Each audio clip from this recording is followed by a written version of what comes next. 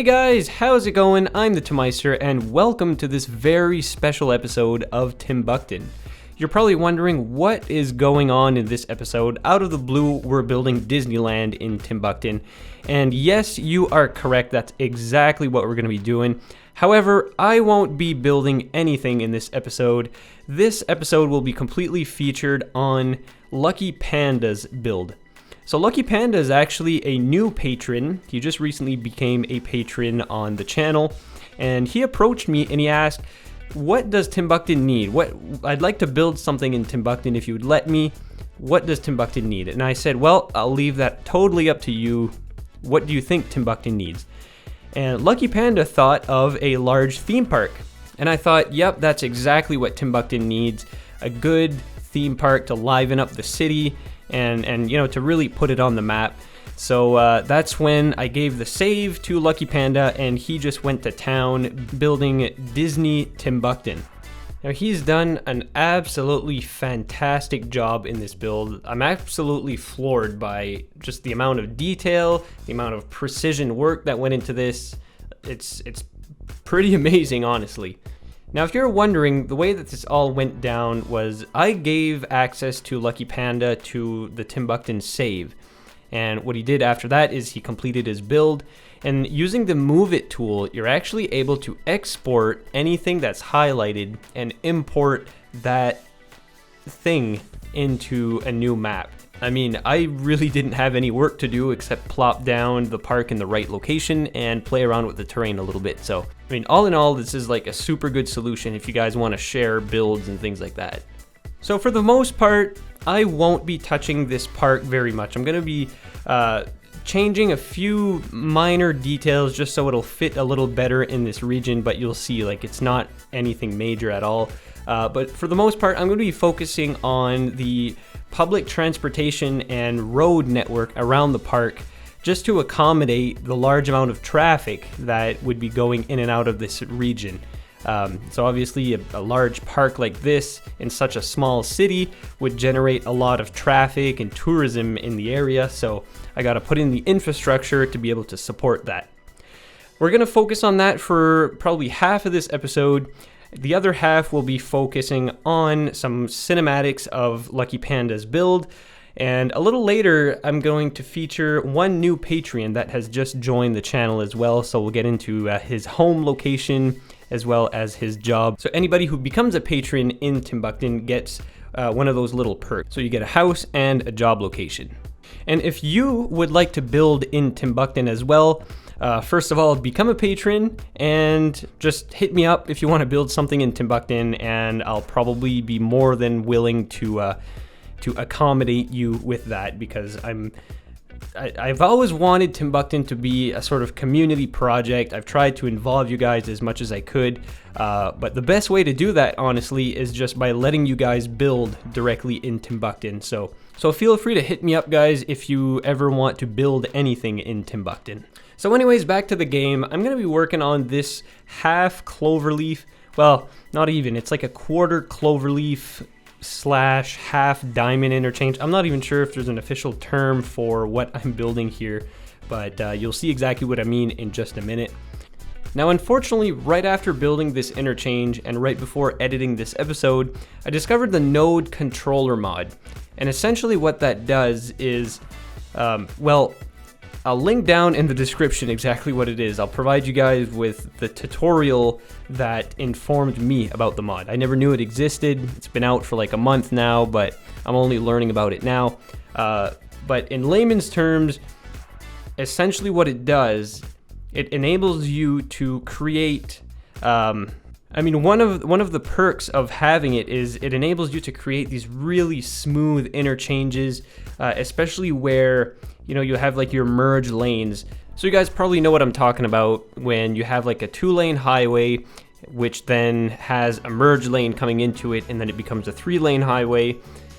In City Skylines, because the nodes connect to each other like right in the middle of the road, you get like these weird mismatched lanes, and you guys know exactly what I mean. If you don't, just check out the tutorial and then you'll know exactly what I mean. But anyways, yeah, this interchange is nothing really complicated, but yeah, it's kind of too bad that I just discovered this mod after devoting 2 full episodes on road infrastructure, that it would have came in pretty useful. But nonetheless, I mean, with the highway textures that I'm using, they're actually a little bit more friendly than the vanilla highways. Just a little bit, they seem to take like super sharp angles a little bit better.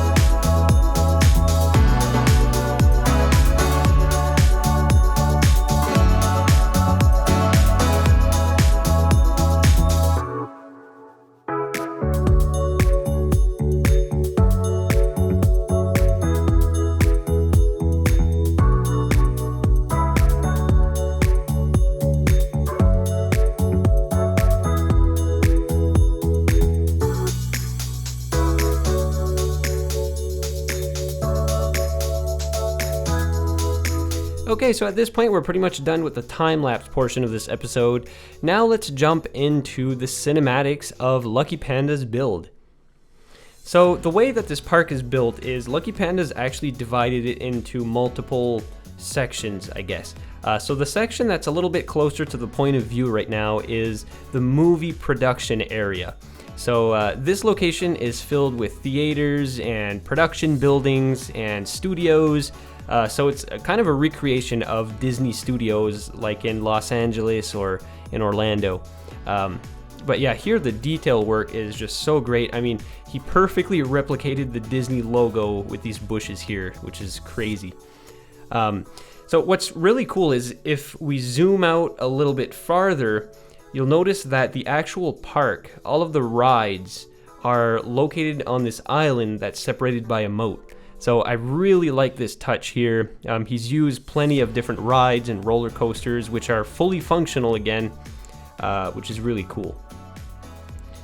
And of course you have the beautiful castle right in the middle of the entire build.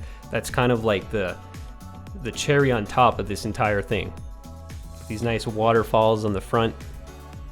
Now, one thing that I'll have to figure out at some point is, although this park is fully functional, it's not attracting many customers at the moment, and the reason is I think it's so far out of town that a lot of citizens choose to go to other destinations instead. So to give this place a little bit more life for the time being, I plopped down a whole bunch of people props. But I mean, just look at this path too. Like, I love this tunnel that he's created. And right behind it, you have these little kiosks where you can grab some food. Really great addition to the park. It actually took me a while of like browsing through the park, and I was constantly noticing these little subtle details that I didn't realize were there, just like hovering over the park. Now I'm going to wrap up the episode right about now while you're enjoying these great cinematics, but stay tuned to the very end because I'm going to be showcasing a home of a new patron as well. So that is it, guys. I really hope you enjoyed this episode. Like I said, if ever you want to build anything in Timbukton, just first of all, become a patron. I ask that, that's one of the requirements in order to build in the city. That's just one of the perks that comes with it. But if you are a patron and you want to build in Timbukton, just let me know and I'll make it happen. So again, guys, thanks so much for watching this episode. Be sure to subscribe to the channel for many more awesome episodes like this coming out in the near future. I'm going to be working on a ton of really great projects in Timbukton and my other series as well, so stay tuned for that. So as usual, give this video a good old thumbs up, guys. Leave a comment down below, whatever you want, and we'll see you in the next episode. Take care, guys.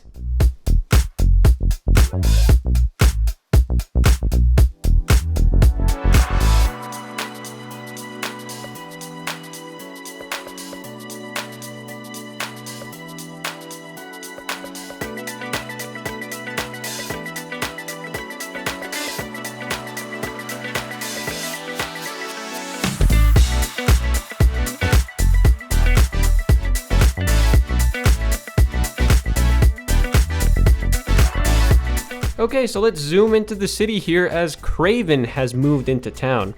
The location I chose for Craven's house is actually very strategic as it's close to downtown, it's right next to the University of Timbukton, and it's located near some arterial roads, so you can pretty much get anywhere in town super easily. So this is the house. I actually had to remove some trees just around the yard so you can get a better look at it.